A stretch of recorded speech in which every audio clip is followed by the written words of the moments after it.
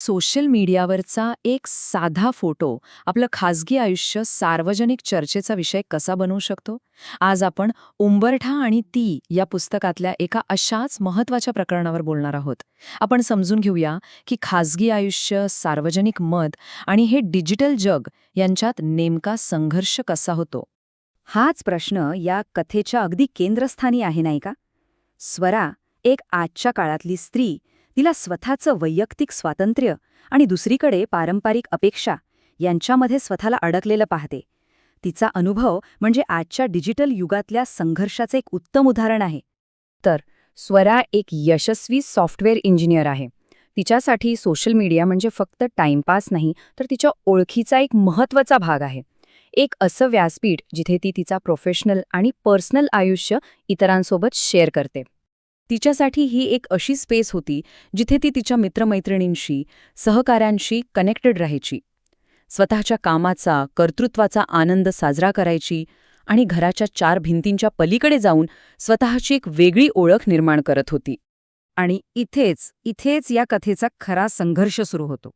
बघा, जागा एकच आहे, सोशल मीडिया, पण त्याकडे बघण्याचे दृष्टिकोन 2 अगदी टोकाचे वेगळे. जे स्वरासाठी स्वतःला व्यक्त करण्याचं माध्यम होतं, तेच तिच्या सासरच्यांसाठी घरची इज्जत सार्वजनिक करण्यासारखं होतं. केवढा फरक आहे बघा. आणि दृष्टिकोनातली हीच मोठी दरी एका अगदी साध्या, निरुपद्रवी वाटणाऱ्या फोटोमुळे एकदम समोर आली आणि त्यातूनच एका मोठ्या वादळाला सुरुवात झाली. झालं असं की स्वराने तिच्या ऑफिसच्या एका कार्यक्रमातला एक फोटो फेसबुक आणि इंस्टाग्रामवर टाकला. एक आनंदी क्षण होता तो, जिथे ती तिच्या सहकाऱ्यांसोबत हसून बोलत होती. पण पुढे काय होणार आहे याची तिला जराही कल्पना नव्हती. पण बघा, फोटो टाकून काही तास झाले असतील नसतील, तोच तिचा आनंद नाहीसा झाला. तिचा फोन नातेवाईकांच्या कॉल्स आणि मेसेजेसनी वाजू लागला. सगळेच जण त्या फोटोवर आपली नाराजी व्यक्त करत होते. म्हणजे त्या फोटोकडे फक्त एक फोटो म्हणून पाहिलं गेलंच नाही, तर त्याला परंपरा आणि समाजातील प्रतिष्ठेच्या चष्म्यातून पाहिलं गेलं. तो एका व्यक्तीचा आनंदाचा क्षण नव्हता, तर तो एका सुनेचं सार्वजनिक वर्तन होतं. लग्न झालेल्या बाईला हे कुठे शोभतं? परक्या पुरुषांसोबत असे फोटो या फक्त प्रतिक्रिया नव्हत्या, तर त्यामागे खोलवर रुजलेली भीती होती की एक खाजगी क्षण सार्वजनिक केल्याने कुटुंबाच्या प्रतिष्ठेवर काय परिणाम होईल. स्वरा तर हे ऐकून स्तब्धच झाली. तिला असं वाटू लागलं की तिची संपूर्ण ओळख, तिचं कर्तृत्व, सगळं काही फक्त त्या एका फोटोपुरतं मर्यादित केलं जातंय. आणि तिच्याबद्दल मतं कोण बनवतंय?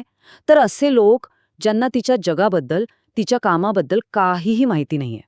आणि या सगळ्या टीकेच्या गदारोळात तिचा नवरा राज, तो मात्र शांत राहिला. आणि त्याची ही शांतता, हे मौन, तिला त्या डिजिटल वादळात आणखी एकटं करून गेलं, जे कदाचित शब्दांपेक्षाही जास्त बोचरं होतं. तर इथला महत्वाचा मुद्दा फक्त एका फोटोचा नव्हता. हा मुद्दा होता एका नवीन सुनेच्या सार्वजनिक प्रतिमेबद्दलच्या अलखित नियमांचा आणि तिचं डिजिटल स्वातंत्र्य एका सामूहिक, पारंपरिक भीतीशी कसं टक्कर देत होतं याबद्दलचा हा संघर्ष होता. मग अशा गुंतागुंतीच्या परिस्थितीतून मार्ग कसा काढायचा? ही कथा आपल्याला काही महत्वाचे उपायही दाखवते. चला पाहूया. तर मूळ स्रोत आपल्याला 3 गोष्टी सुचवतो. 1.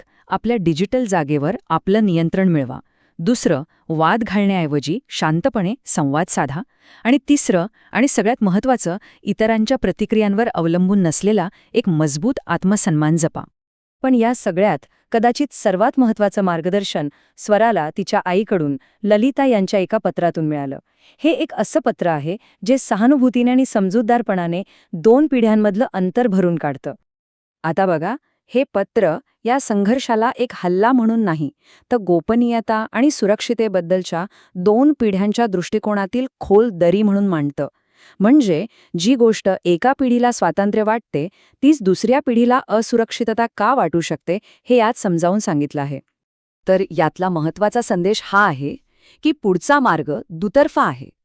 एकीकडे आपलं वैयक्तिक स्वातंत्र्य जपणं आणि त्याचवेळी दुसरीकडे इतरांच्या दृष्टिकोनाबद्दल सहानुभूती बाळगणं. आणि हाच समतोल साधणं हे खरं आव्हान आहे.